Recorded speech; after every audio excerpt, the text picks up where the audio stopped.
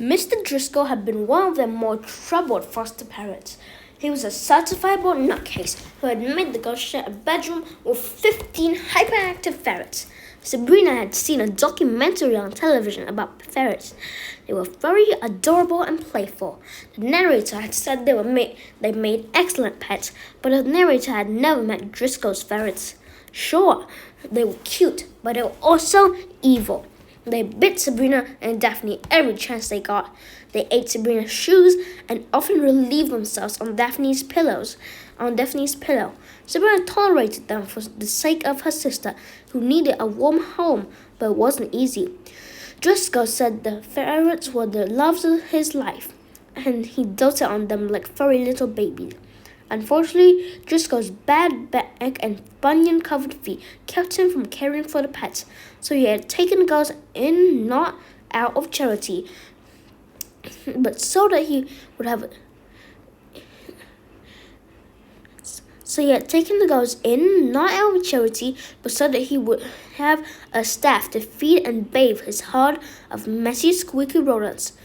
Sadly, it all fell apart when Mr. Driscoll spanked the girls for refusing to give the ferrets pedicures. That's to say, he tried to spank them. He never laid a hand on them. He never got the chance. On 3, Sabrina said. Daphne nodded. 1, 2, 3. Together, the girls stomped down hard on tops of Albaron's toes. The Fairy King yelped in pain and bent over to rub his bruised feet. That's when the girls jumped on top of him and knocked him to the floor. They followed this heckle with a technique that had never failed the Grimm sisters, relentless kicking. By the time Granny Rhoda reached them, the girls had Albaron cowering on the stage in a ball.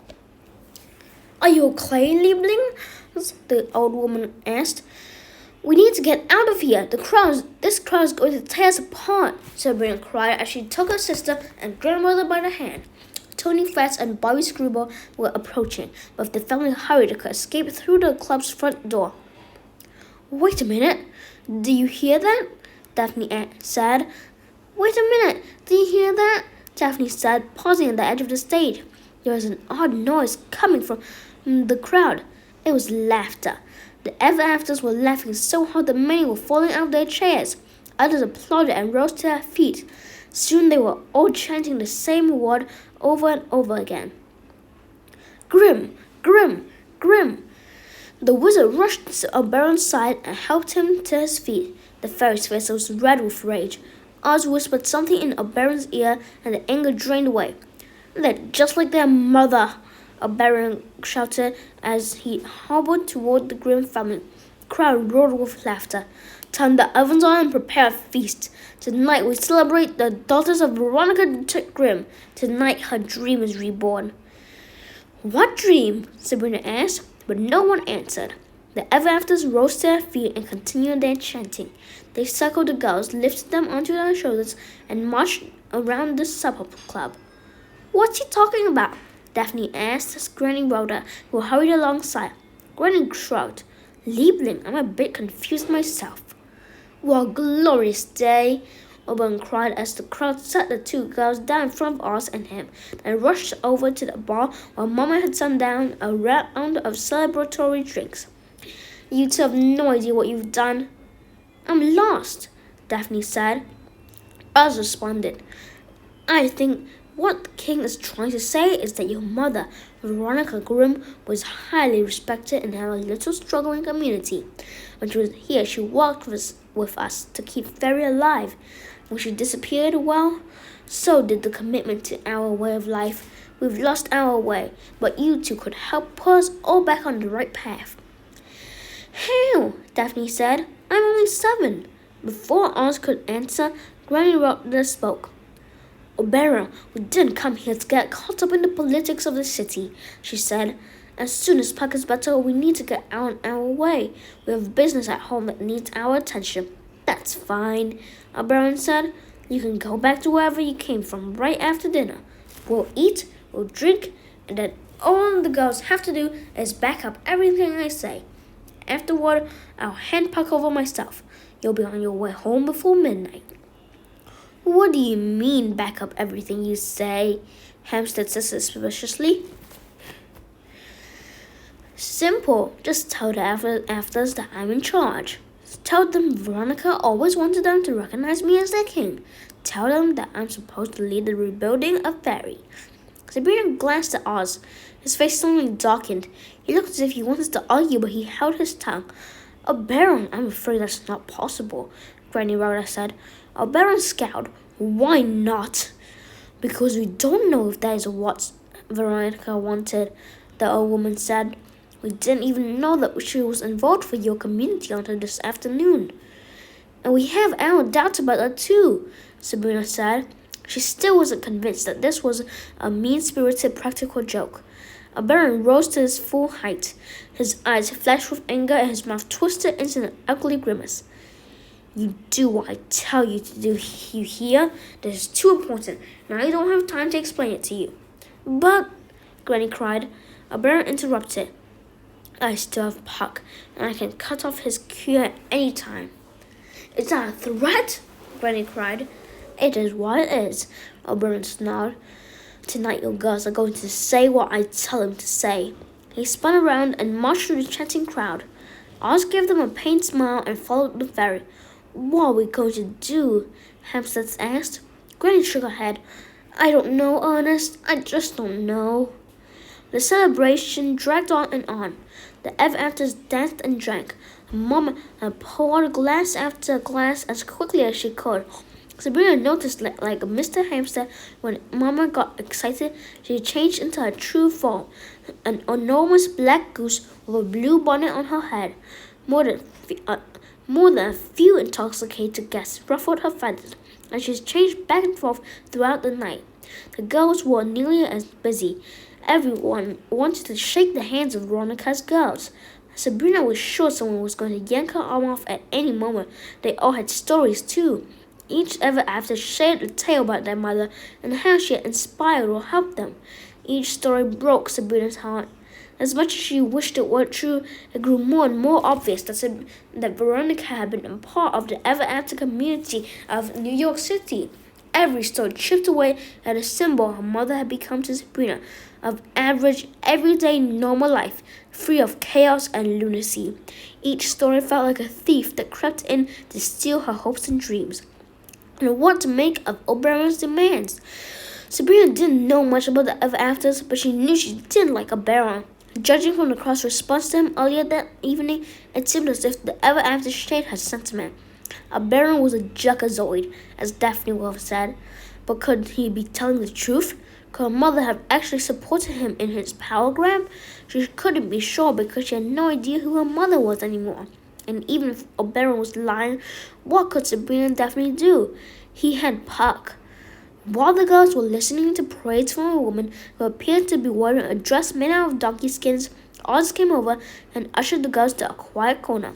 He looked even more nervous and fidgety than before. He pulled out his silver remote and pushed some buttons. The device let out a few loud squeals, and then Oz turned back to the girls, took Sabrina and Daphne by their hands, and looked deeply into their eyes. Girls, your mother was one of the best friends I ever had, and it pains me to think that tonight Oberon will finally snuff out her legacy. Oz said, The king's a fraud. He's lying to you. The last thing in the world Veronica Grimm would have wanted was for him to lead this community. What do you want to do about it? Sabrina asked. You heard his threat. He'll stop Cowboy from helping Puck. Oz peered around the room again. Girls, just tell the truth. Tell the crowd you never knew your mother's plans, but you're sure that she would never have wanted a Baron to rule. It will destroy any support he has from the community. After that, I'll create a diversion, and in the chaos I'll take you to the park. Then you can head back to Fairy Landing. Cowboy has told me the boy's out of the woods and can be moved. This sounds dangerous, Sabrina said. Good, Daphne said, rubbing her hands together eagerly. The little girl was fearless. Oz smiled. Veronica will be proud of you. He said his goodbyes and slunk back into the crowd. Soon, ever-afters were putting tables and chairs together, making one long banquet hall and covering it with food, candles, and malted beverages. Puck's brother, Mustard Seed, appeared. Pug safe, he said, confirming what Oz had already told him. He escorted the girls to seats at the head of the table. They sat down just as bowls of pasta with red sauce and plates of steaming meat were placed in front of them. Is this all you can eat? Daphne cried. I'm starving. Mustard Seed smiled and nodded. Candace, Granny Rhoda, and Hampstead found seats next to theirs. Bess, the beautiful blonde singer, took a seat next to Mr. Hampstead. On her other side was Tony Fat, who had already started eating. Bess glanced at Hampstead and smiled. He smiled back, but his already pink face flushed red and he turned away. The poor man was flustered. What's wrong with you? Sabrina whispered into his ear. Are you sick? She smiled at me, Hampstead squeaked, nodding in the blonde beauty's direction. What's she doing now? She's looking at you and smiling, Daphne replied. She thinks you're foxy. Hampstead's pink snout sprang onto his face, and he quickly covered it with his hand. Get a hold of you, Get a hold of yourself, Hampstead, he muttered to himself. Titania swept into the dining room. Mustard Seed helped her to her chair at the far end of the table, and then took a seat next to her. Even from that distance, Sabrina could see the angry scowl on Titania's face. It was directed right at her and her family. Oz rushed in from one of the back rooms and over to Sabrina. Everything is all set, he whispered to her. What's the diversion? Sabrina whispered to him.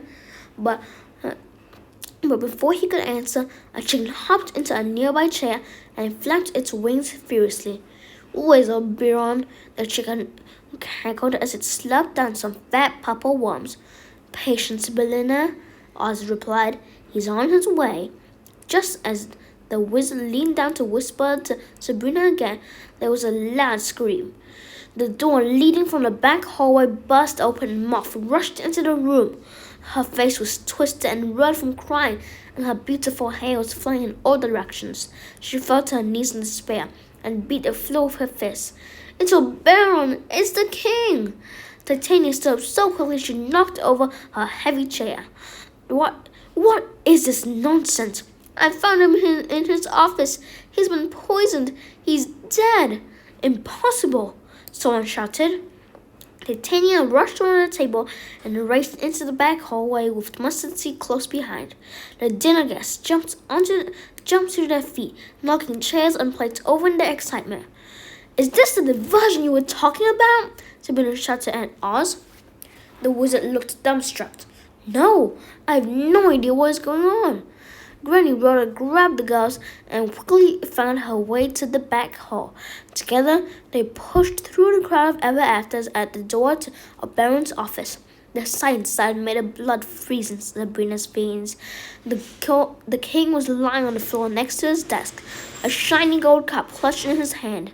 His face was contorted in agony, as if the last moments of his life had been excruciating torture. Titania threw herself on top of her husband and wailed with despair.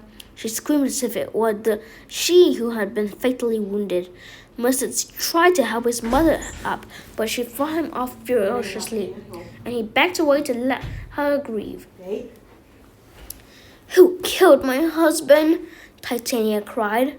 Sabrina was too distracted to listen, for there, on Oberon's chest, in bright red paint, was a handprint.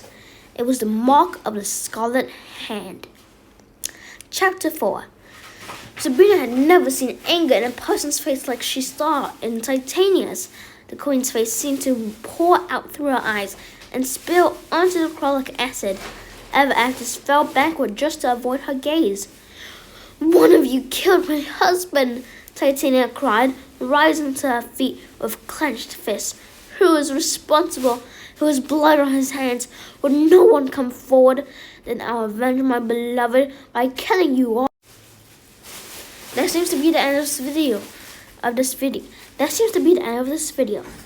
I'll send more later. Goodbye.